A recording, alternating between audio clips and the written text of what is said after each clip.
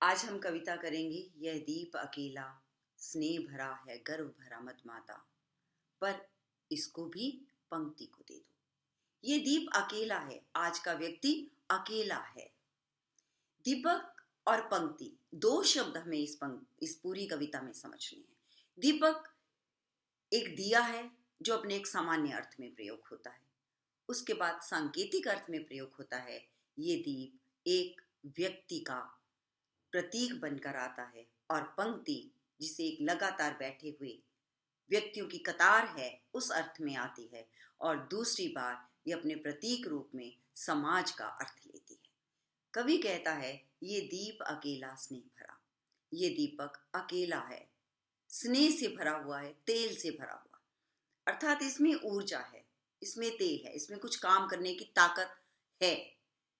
ये गर्व भरा है, दिया है ना, ऊपर की लौ करके चलता है।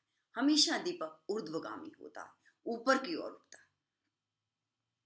गर्व भरा तो कवि को लगता है कि गर्व से भरा हुआ है। मदमाता, जैसे हवा आती है अपने ही लौ में, किधर रोशनी चाहिए तुम उसके घुमाव करते रहते हो, पर दिए तो अपनी ही लौ में रोशनी देता है, अपनी ही लौ में जलता है। वो कहता है, इसको भी पंक्ति को दे दो, इसे भी एक पंक्ति में रख दो, ताकि ये भी सबका हो जाए, अपने ही आप में अकेला ना इठलाता रहे। तो इसका सामान्य सा अर्थ जो है, जो इसकी अमिधा है, वो तो यही है कि ये दीपक अकेला है, जल रहा है, जो तेल से भरा हुआ है, इसमें अभी जीने की और जिज्विशा है। आप इसे भी पंक्ति को दे दो, इसे भी समाज का हो जाने दो। और अगर हम इसका प्रतीक अर्थ लेते हैं तो ये एक व्यक्ति है जो कामयाबी के मंजर को पहुंच चुका है। कवि कहता है, मंजर को पहुंच चुका है, इसलिए गर्व से भर गया है, गर्वीला हो गया, मदमाता हो गया है, नशे में चूर हो गया है। इसे भी पंक्ति को दे दो, इसे भी समाज का हो जाने दो, इसके अंदर भी सामाजिक भाव को पैदा कर दो, ताकि ये व्यक्ति अकेलेपन के अपने अंतस के एहसास से अलग हो पाए, सोच पाए कि ये जिंदगी केवल एकाकी नहीं है, सबके लिए है। आगे क्या है, आखिर ये दीपक कौन है? कवि इसे परिभाषित करता है अलग अलग रूपों में। ये दीपक एक जन है, यह जन है गाता गीत, जिन्हें फिर और कौन गाएगा। ये वो व्यक्ति है जिसने गीत गाए हैं, जिसने खुशियों से जिंदगी को जिया। अगर ये गीत नहीं गाएगा तो फिर और कौन गाएगा। अभिप्राय क्या है कि जो हुनर, जो गीत, जो साधना, जो सुर इसने अपनी साधना से प्राप्त किया है, अगर ये सुर, ये साधना ये लोगों में नहीं बांटेगा, लोगों को नहीं सिखाएगा, तो फिर इसके गाए हुए गीत कौन गा पाएगा।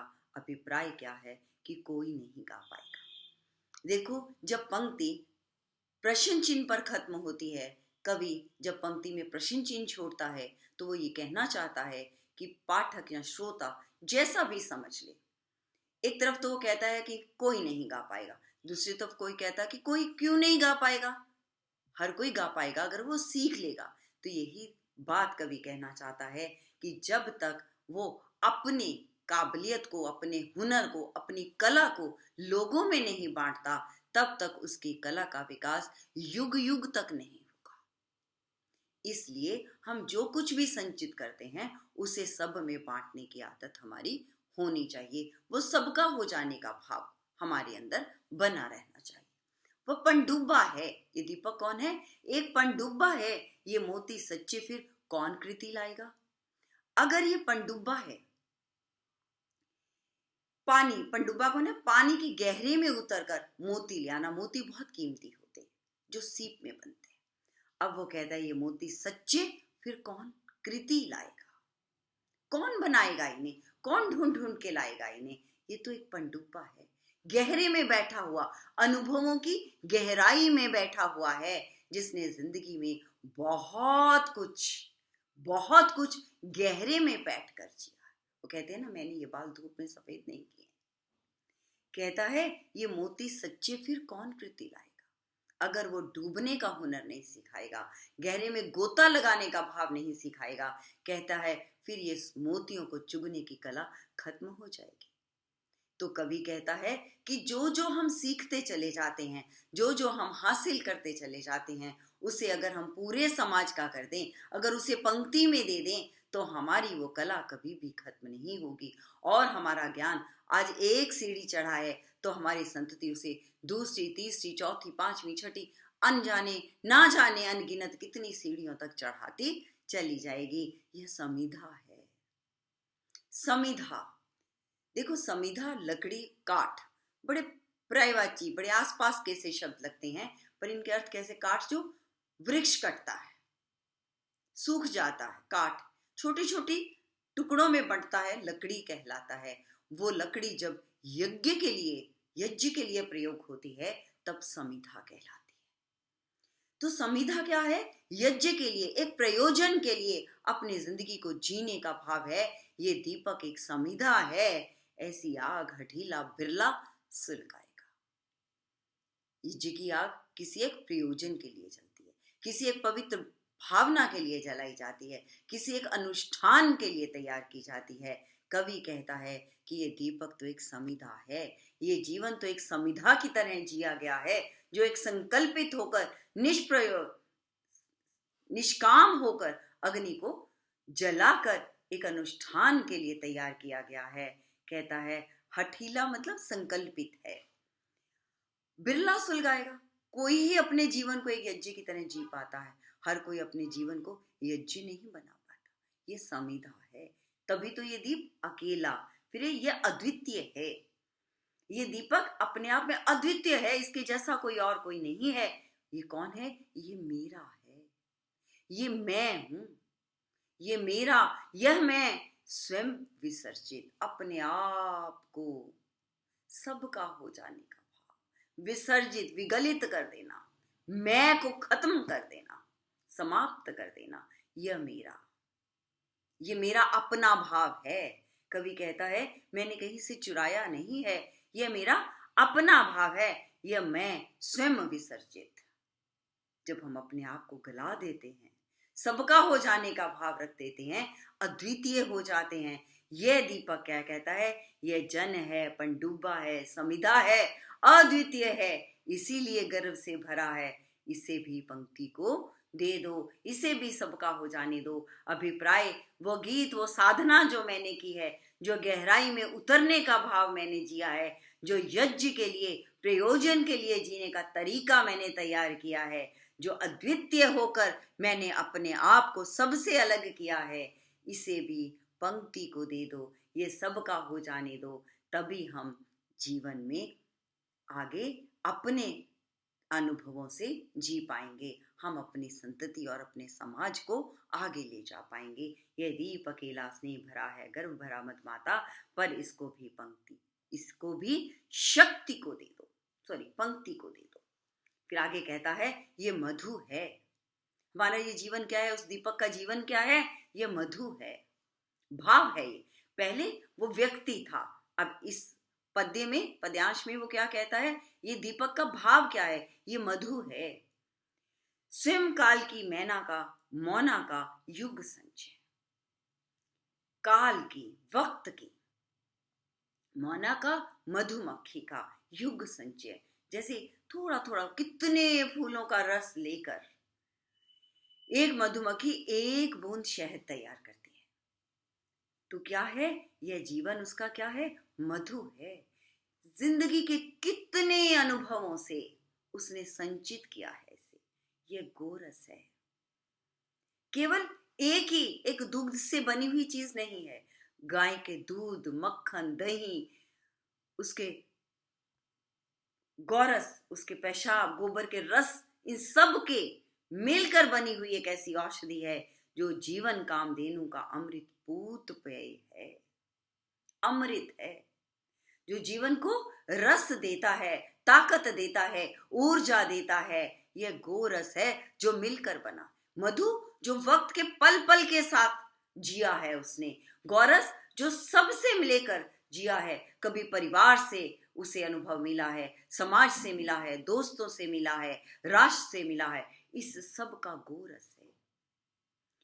युग संचय है, बहुत कुछ उसने बचपन में जिया है, कुछ जवानी में जिया है, कुछ और आगे संतति के साथ जिया है, हर तरह का अनुभव उसने पाया है। फिर कहता है ये अंकुर है, ये छोटा सा अंकुर कोमल है, परिपक्व वृक्ष नहीं है ये दीपक। मतलब ये कि हम जितनी भी जिंदगी जी लें, हमें अपने आप को बहुत बड़ा नहीं, हम तो छोटे हैं, अंकुर हैं। स्नेह ये फोड़ धरा को रवि को तख्ता निर्भय, ये उस अंकुर की तरह है जो क्या कहता है, फोड़ धरा। तुम देखोगे कि घास को फोड़ फोड़ कर, निकाल कर, उखाड़ उखाड़ कर हम पक्की सड़कें बना देते हैं, लेकिन उसके बीच में से फिर दूर्वा उगर जाती है। हम पक्के से पक्के सीमेंट के मकान बना देते हैं, फिर भी पीपल के वृक्ष का अंकुर उस पक्के मकान की दीवार को फोड़कर एक विशाल वृक्ष में परिणत हो जाता है।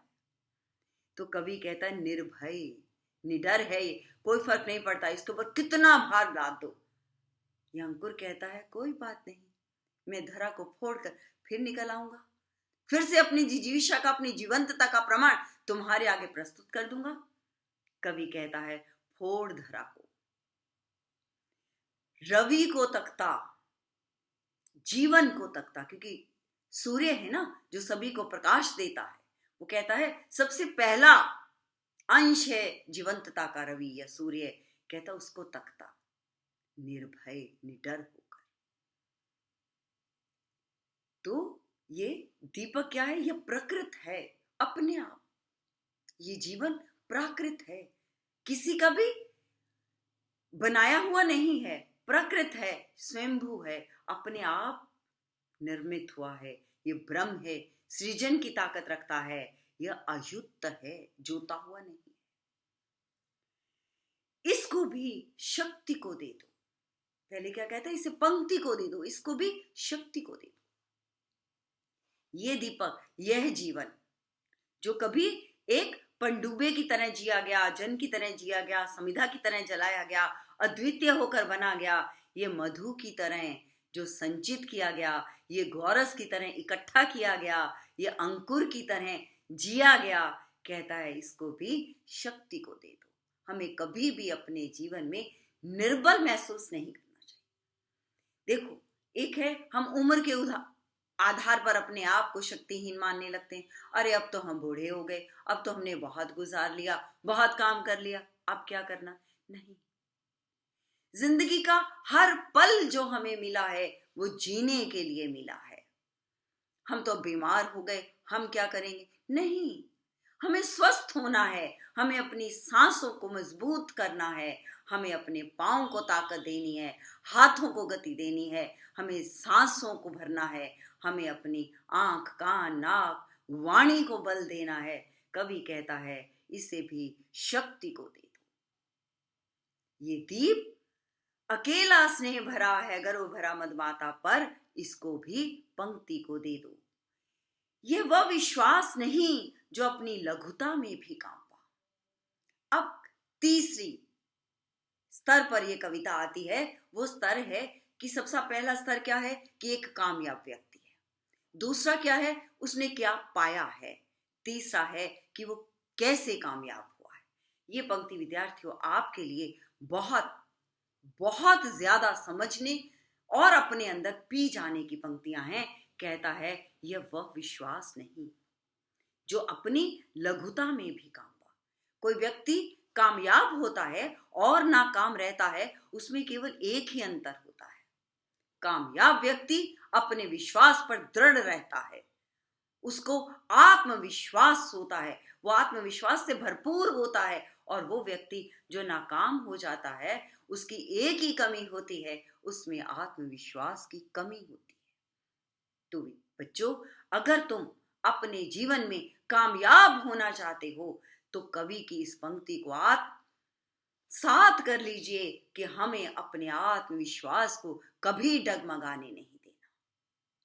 हमें उस निर्वात में चलते हुए दीपक की तरह बिल्कुल सीधा होना है और प्रकाश को चहुं और बिखेर देना है। यह पीड़ा, वह पीड़ा जिसकी गहराई को स्वयं उसी ने नापा, ये वो पीड़ा है जिसे वो खुद ही जानता है और कोई नहीं जानता उसकी गहराई को, वो स्वयं उसी ने नापा।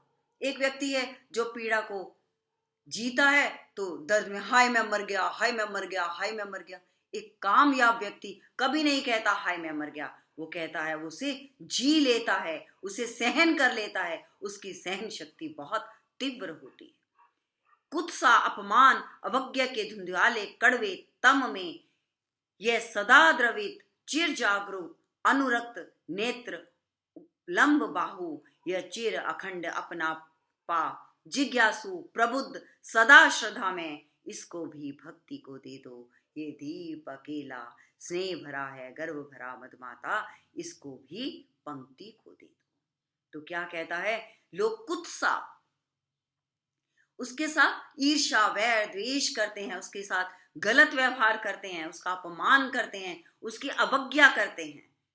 लेकिन ये सब कुछ भी धुंधवाले कड़वे तम में, एक आम व्यक्ति होगा, वो क्या होगा, लोगों ने उसके साथ वैर किया, वो घबरा जाएगा, डर जाएगा, उनके साथ वैर कर लेगा, उनके साथ लड़ पड़ेगा। वो कहता नहीं, ना वो अपमान में, लोगों के द्वारा की गई अवज्ञा में, लोगों के द्वारा किए गए दुर्व्यवहार में भी, वो उसके धुंधुआले तम में भी अपने आप में कमजोर नहीं होता। तो क्या होता है ऐसे में, वो उनके साथ लड़ता नहीं है, वैर नहीं रखता है। क्या करता है, सदा द्रवित, उनके प्रति दया का भाव करता है। कहता हाय, पता नहीं ये अपना कर्म क्यों खराब कर रहा है, मेरे साथ तो जो होना है वो तो हो ही जाएगा, पर ये ऐसा बुरा करके अपना कर्म क्यों खराब कर रहा है। सदा द्रवित, उसके प्रति दया का भाव रखता है। फिर क्या कहता है, चिर जागरूक, लेकिन उसके प्रति सचेत हो जाता है। ये नहीं कि दया का भाव करके अपना नुकसान कर लेता है, नहीं, चिर जागरूक, उसके प्रति जागरूक हो जाता है, समझता है कि अगर ये एक बार मुझे डक सकता है तो बार बार ये मेरा नुकसान कर सकता है। वो उससे चेतरित होकर जीना सीख जाता है। अनुरक्त नेत्र, लेकिन फिर भी उसके प्रति प्यार भरे नेत्रों से देखता है, उसके प्रति वैर नहीं करता है। फिर उलंब बाहु, ऊपर उठाता है और स्वीकार करता है, उसे अपना बनाने की कोशिश करता है, लेकिन चेतना सदैव सावधान सदा। कहता है, यह चिर अखंड अपनापा, अखंड अपनापा सभी को अपना लेता है। जिज्ञासु प्रबुद्ध सदा श्रद्धा में, जिज्ञासु जिज्ञासा से भरा रहता है। गीता कहती है कि कामयाब होने के दो ही रास्ते हैं, एक जिज्ञासा और दूसरा वैराग। ये जिज्ञासु है, सब कुछ जानना चाहता है, तुझसे मुझसे उससे सबसे, सबसे सीखता है, समझता है। ये प्रबुद्ध है, बुद्धिमान है, ये सदा श्रद्धा में है, सदैव अपने सर को झुका कर चलता है। दिया है, श्रद्धा से भरा हुआ है, पवित्र है, इसे भी भक्ति को दे दो, इसे भी भक्ति भाव से भर दो। अभिप्राय क्या है, अध्यात्म की ओर ले जाओ, आत्मा परमात्मा को जोड़ दो, अपनी आत्मा को परमात्मा से जोड़ने के तकनीक के रास्ते पर चले जाओ। तो प्रयोगवाद का ये कवि फिर से पुनः अध्यात्म की बात करता है, पुनः अपने आप को परम सत्ता से जोड़ने की बात करता है। कवि कहता है, ये दीप अकेला स्नेह भरा है गर्व भरा मधुमाता, इसको भी पंक्ति को दे दो। ये दीपक अकेला है, गर्व से भरा हुआ है, मद में चूर है, इसे भी पंक्ति को दे दो। कवि वास्तव में ये कहना चाहता है कि हम जब तक गर्व से भरे हैं, अकेले रहते हैं, एकाकी जीवन को जीते हैं, लेकिन जब हम पंक्ति के हो जाते हैं, समाज के हो जाते हैं, तब हम जीवन के अमृत में पूत बनकर हम अपने जीवन को भी अमृत से भर देते हैं, समाज को भी अमृत से भर देते हैं, और समय को भी सरल और मिठास से भर देते हैं। यह दीप अकेला स्नेह भरा है गर्व भरा मधुमाता, पर इसको भी पंक्ति को दे दो।